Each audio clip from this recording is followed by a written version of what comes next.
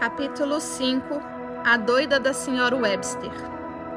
Em 1947, começaram a acontecer coisas em minha família. Muitas delas desconhecidas por mim a princípio. Uma ocorreu com Drummond, que estava com 7 anos de idade. Ele fora a uma celebração de Páscoa na praia e se converteu. Algumas semanas depois, Joyce resolveu ir à igreja no domingo.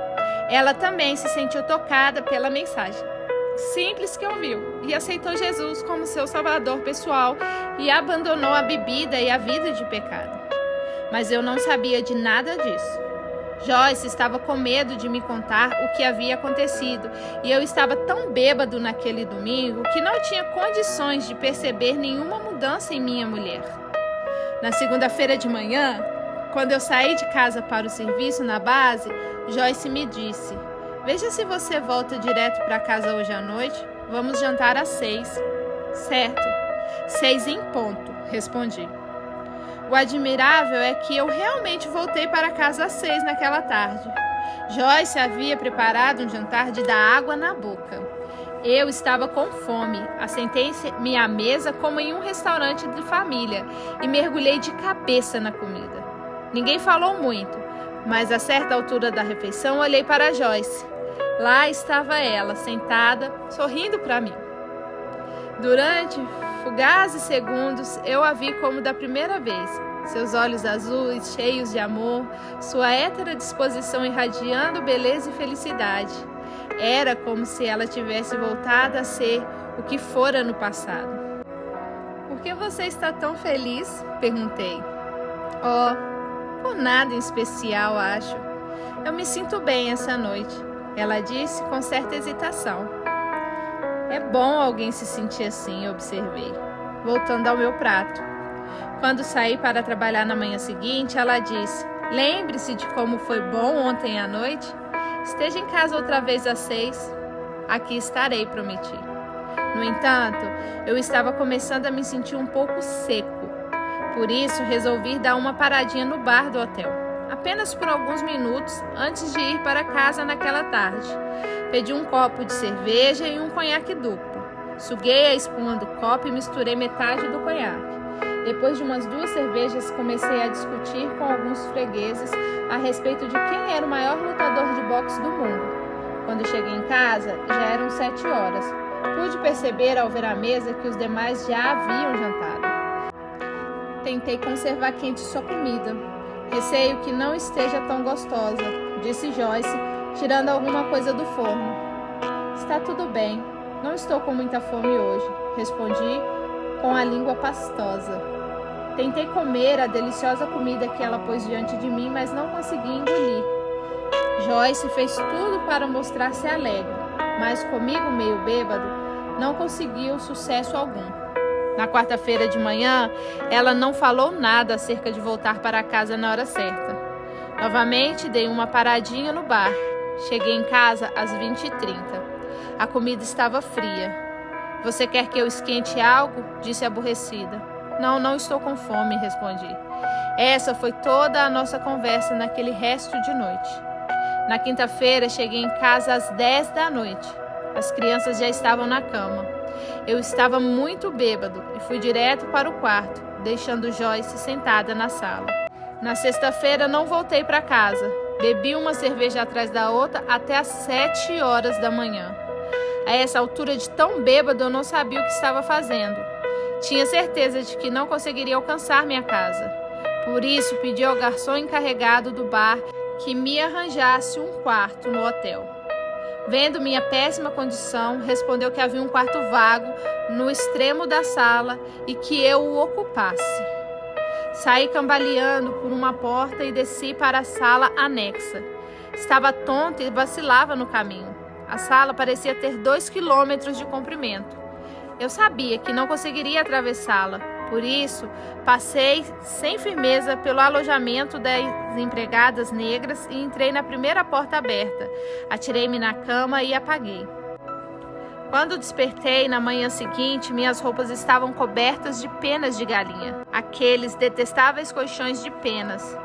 Elas estavam sempre saindo através do forro e das costuras. mas eu não me sentia muito mal para me importar com alguma pena. Deixei o quarto e, prestes a cair no chão, dirigi-me ao bar.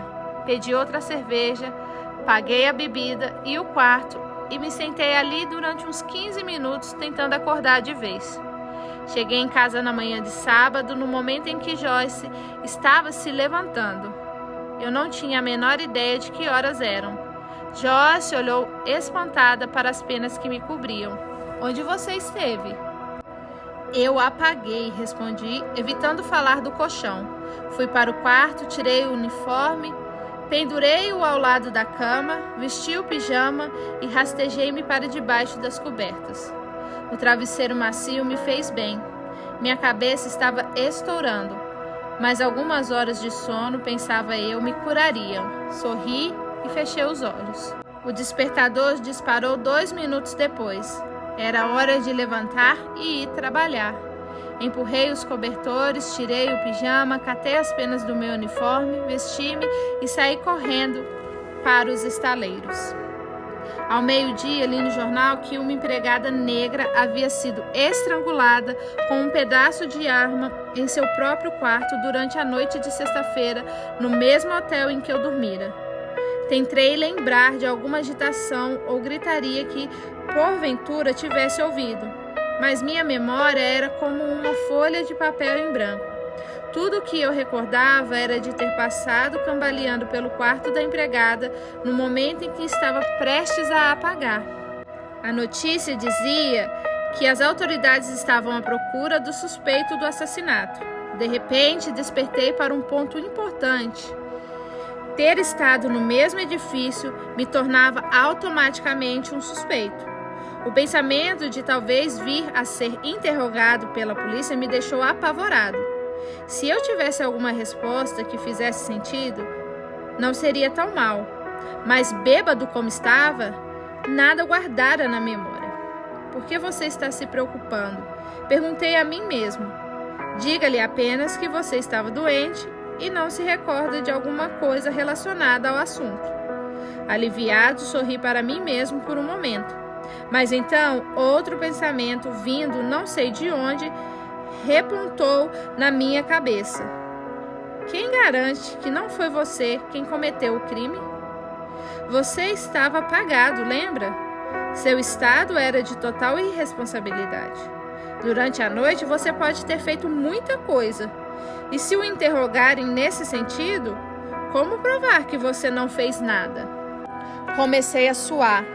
Li e reli a notícia. A tarde inteira aquilo ficou pesando em minha mente. Sou um assassino? Continuei perguntando a mim mesmo. Toda vez que ouvia passos atrás de mim, eu me assustava pensando que poderia ser a polícia.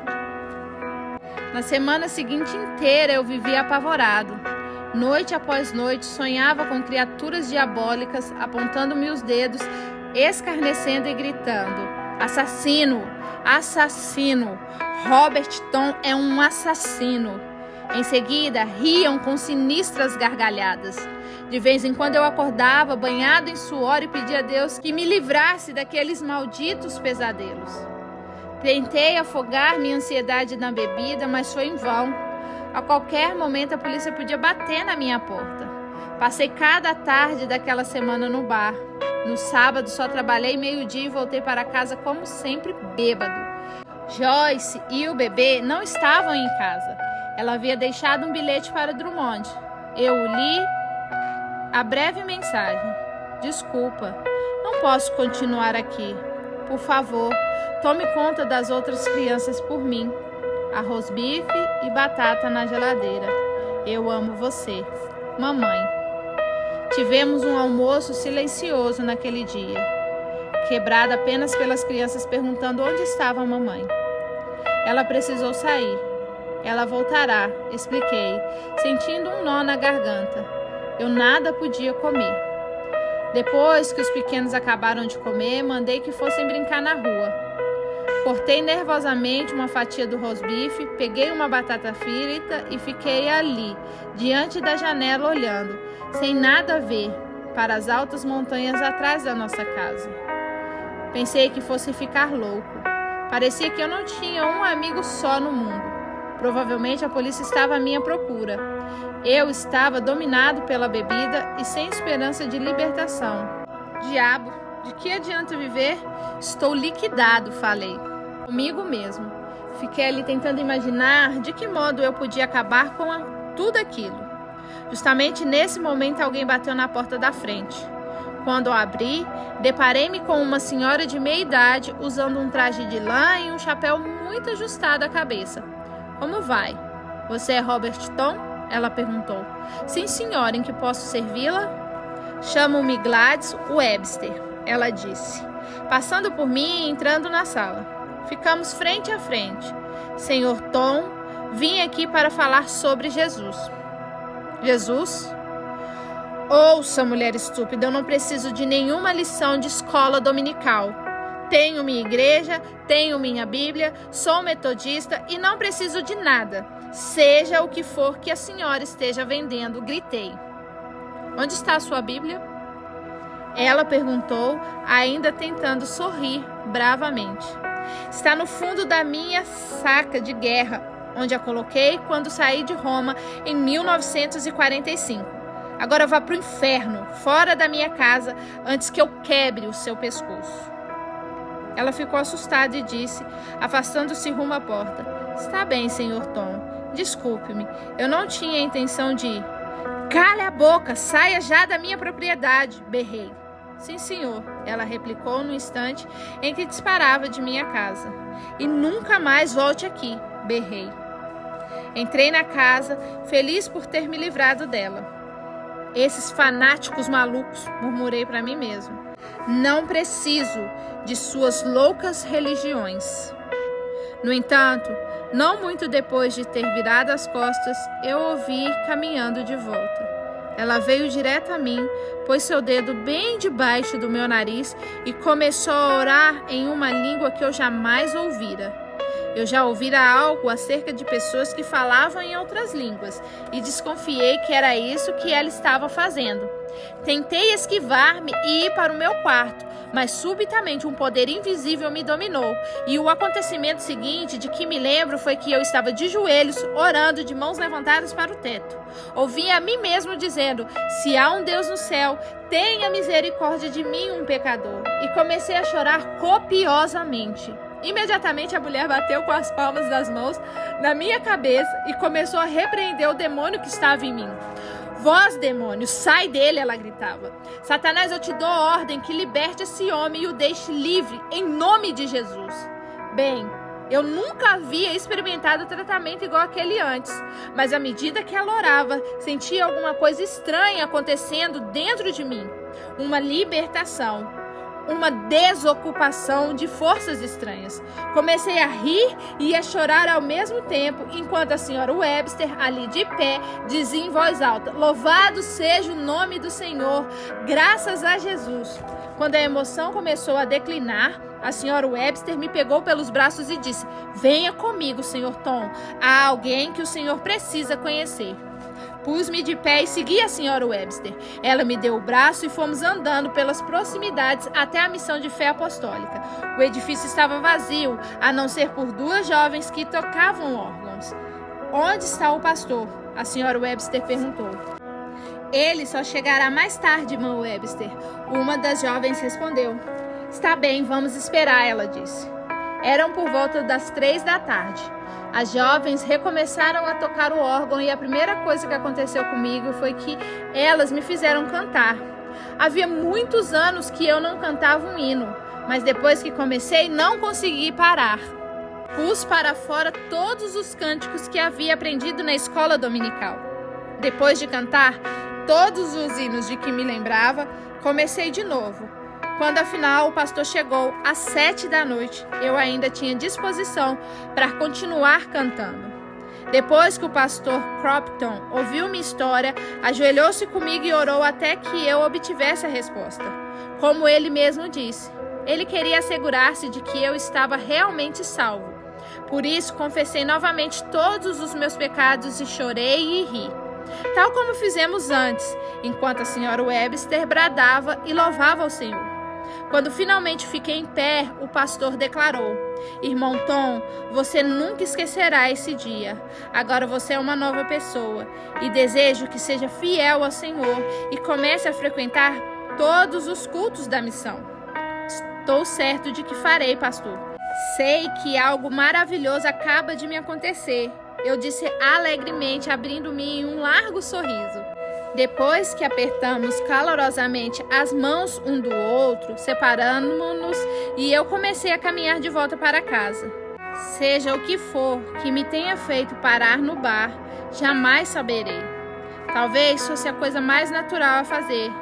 Talvez ainda não tivesse bem definido para mim o que acabara de ocorrer. Talvez eu estivesse perguntando a mim mesmo se não era possível ser um bom cristão e tomar um drink outra vez. Talvez eu estivesse desgostoso comigo mesmo por haver prometido àquele pastor frequentar aquela missão efeminada. Por alguma outra razão, tendo eu chegado ao bar por volta das 8h30, algo me fez entrar. Eu tinha $2,10 no bolso e a garrafa de cerveja custava na época apenas 9 centavos. Depois de consumir uma garrafa inteira, ainda me sentia sóbrio, por isso pedi algo mais caro. Um copo de vinho, depois conhaque, depois uísque, primeiro a bebida pura, depois misturada. Às 10h30 eu já havia gastado todo o dinheiro que eu tinha. Estava me aprontando para sair quando um amigo meu chamado Monster chegou e se ofereceu para pagar-me um drink. Voltei a sentar-me e ele me pagou bebida até às 11h30. Ei, Tommy, por que você não está bêbado? Por que você ainda está sóbrio? Monster desabafou. Engraçado. Eu estou sóbrio, pensei comigo mesmo. O que está acontecendo com você? Minhas bebidas não lhe agradam? Monster vociférou. Oh, sim, são muito boas, sim, repliquei. Então por que você não está ficando bêbado comigo? Eu devia dar uns trancos em você por estar jogando fora o meu dinheiro. Ele era um homem bruto e eu sabia que podia facilmente me bater. Então, rapidamente, lhe agradeci a bebida e tomei o rumo de casa. Depois de beber por 3 horas a fio, caminhei aprumado como uma seta por todo o trajeto até a minha casa e não me senti mal nem um instante que fosse. Quando entrei na sala, ali estava a senhora Webster me esperando. Senti-me tão envergonhado que tive vontade de correr, mas algo me segurou. Eu o estava esperando. Dei janta às crianças, coloquei-as na cama e fiz uma rápida arrumação. A casa estava um brinco. Achei que não devia deixar as crianças sozinhas até você voltar. Agora, se me dá licença, vou andando. Boa noite, irmão Tom. Assim que a porta se fechou, dei um suspiro de alívio. Se ela desconfiou do lugar onde eu estivera, não soltou uma palavra a respeito. Naquela noite orei em minha cama. Deus amado, não compreendo exatamente o que aconteceu comigo hoje e não compreendo como pude beber tanto e não ficar bêbado. Mas seja como for, ajude-me a começar a viver retamente e abençoe a Joyce e o bebê. Amém. No domingo de manhã, levantei-me ciente de que deveria encontrar Joyce. Eu tinha um palpite de que ela teria ido para a casa de sua irmã, do outro lado da cidade. Deixei Drummond com a instrução para tomar conta das crianças enquanto eu ia buscar a mamãe. A caminho da casa da irmã de Joyce, encontrei um amigo que se propôs a pagar um drink. Não posso dizer que o desejava realmente, mas estava curioso em relação à noite anterior e a razão pela qual eu havia continuado sóbrio. Fiquei curioso para ver se isso ocorreria de novo. Aceitei um convite e a bebida servida foi vinho do Porto e conhaque, que é uma das bebidas mais fortes que existem. Bebi desde as 9 horas daquela manhã até as 2 da tarde e continuei incrivelmente sóbrio o tempo todo. Tinha certeza de que se tratava de um milagre de Deus. Agradeci ao meu amigo a hospitalidade e saí de novo rumo à procura de Joyce. Enquanto caminhava bem equilibrado, e pensava, alguma coisa realmente saiu de mim quando aquela mulher ordenou aos demônios que me deixassem. Não consigo embriagar-me, é um milagre. Comecei então a pensar no incansável apetite pelo álcool que me dominava antes que ela ordenasse ao demônio do álcool que me deixasse. Evidentemente, aquele desejo ardente de álcool não era um simples desejo humano. Não, era mais do que isso. O que eu realmente estava alimentando quando bebia 15 litros de cerveja em uma noite. Fosse o que fosse, havia sumido. Por volta das 3 horas da tarde de domingo, cheguei à casa da irmã de Joyce. Ela e o bebê estavam lá. Quando entrei pela porta da frente, meu cunhado foi logo dizendo: "Sinto muito, mas não tenho nenhum gole para você." Aprumei-me e, olhando diretamente nos olhos, falei: "Grave bem isso. Nunca mais pedirei a você, ou a qualquer que seja, uma gota de bebida. Obrigado." Quando eu disse essas palavras, senti um peso de um fardo escorrendo pelos meus ombros, como um casaco da marinha molhado, e caindo ao chão. Jesus parecia dizer-me: "Que lhe seja feito segundo a fé que você tem." Naquele momento eu soube que estava livre, que estava realmente salvo. Voltando-me para Joyce, disse: "Querida, vamos para casa, começar uma vida nova." Ela pegou o bebê e disse: "Tá bem, é isso mesmo. Os pequenos devem estar precisando de mim." No caminho de volta para casa, ela perguntou: "O que você quis dizer lá atrás sobre não beberei mais?" Exatamente o que eu falei. Aceitei Cristo em minha vida e os velhos tempos se foram. Chega de bebidas, chega de cigarros, respondi. "Bem, eu já ouvi essa história antes." Ela disse um tanto cética.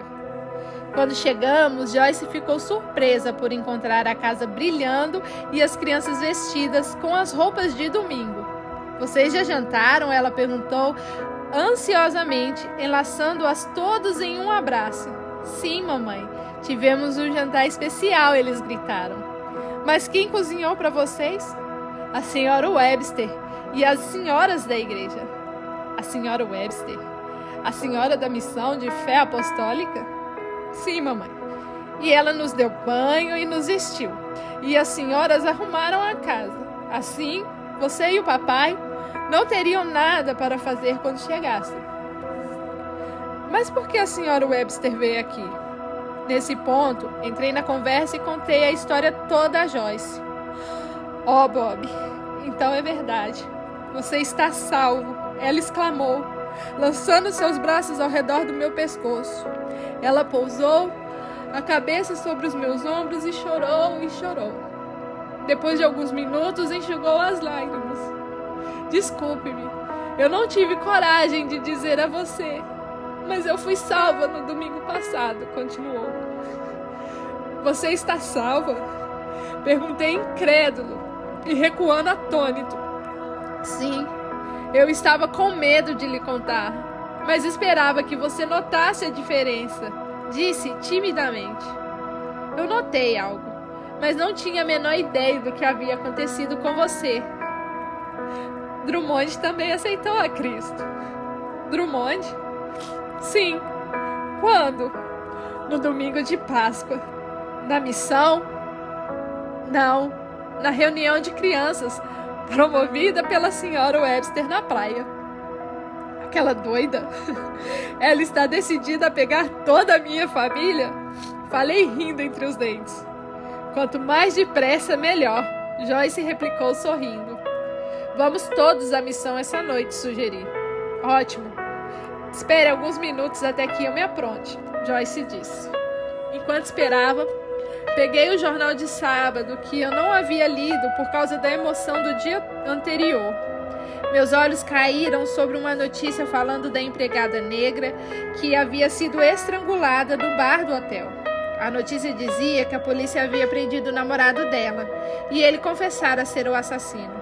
Deixei cair o jornal no meu colo, descansei a cabeça no encosto da cadeira e ri à vontade. Graças a Deus não fui eu que fiz aquilo, suspirei.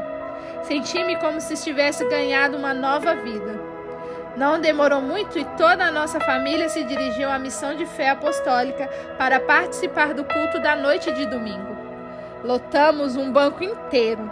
Gostei dos cânticos e da pregação, mas me desagradou um bocado a mulher do pastor gritar aleluia e louvar ao Senhor durante todo o culto. Ao voltarmos para casa, eu disse a Joyce que nunca mais voltaria lá. que não passavam de um monte de fanáticos. Contudo, na noite de quarta-feira voltamos, e outra vez na sexta-feira, e outra vez no domingo. Começamos a apreciar a fraternidade, e mesmo a mulher do pastor não parecia tão ruim depois que a conhecemos melhor. Um dos grandes problemas que enfrentamos depois de iniciarmos a vida cristã foi com as nossas finanças. Eu havia gastado tanto dinheiro nas bebidas que pouco restara para pagar as contas. As dívidas se acumularam, porque enquanto andava bêbado, eu não dava a menor importância a elas. Mas agora que eu pertencia a Cristo, sabia que algo precisava ser feito. Joyce e eu conversamos a respeito e decidimos começar dedicando ao Senhor nossa família inteira e todos os nossos problemas. Jesus não disse: busquem, pois, primeiro lugar o reino dos céus e a sua justiça, e todas as coisas lhes serão acrescentadas? Mateus 6,33. Assim, no domingo seguinte, fomos à missão e no momento do apelo, fomos todos para a frente e nos ajoelhamos juntos ao altar. Joyce segurava o bebê e todas as crianças ali estavam reverentemente ajoelhadas. Jesus, falei. Lancei minha família em tremenda dificuldade. Gastei meu dinheiro na bebida. As crianças não têm sido devidamente alimentadas ou vestidas e as contas por pagar.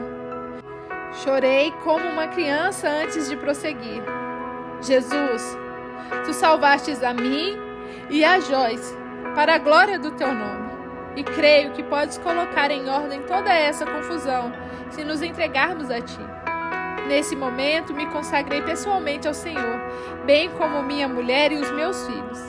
Deus podia usar todos os meus filhos como missionários, se essa fosse a vontade dele. Contei sobre o meu problema asmático, que vinha se agravando desde o dia do orfanato. Falei das minhas falhas e das minhas frustrações. Mencionei minhas dívidas, os milhares de dólares que eu sabia que não podia pagar. Eu tomara grandes empréstimos da Marinha e do Fundo Militar de Guerra. Isso, acrescido do aluguel, do alimento e das roupas e de outras despesas. Deus, orei, ofereço-te essas dívidas em nome de Jesus. Na ocasião eu não sabia, mas quando você oferece uma dívida a Deus, a sua dívida se torna uma dívida dele. E Deus sempre paga suas dívidas. 3 semanas depois, recebi 2 cartas idênticas dos 2 fundos de empréstimo. Minhas dívidas para com eles havia sido convertida em subsídios e, portanto, nada mais havia que pagar.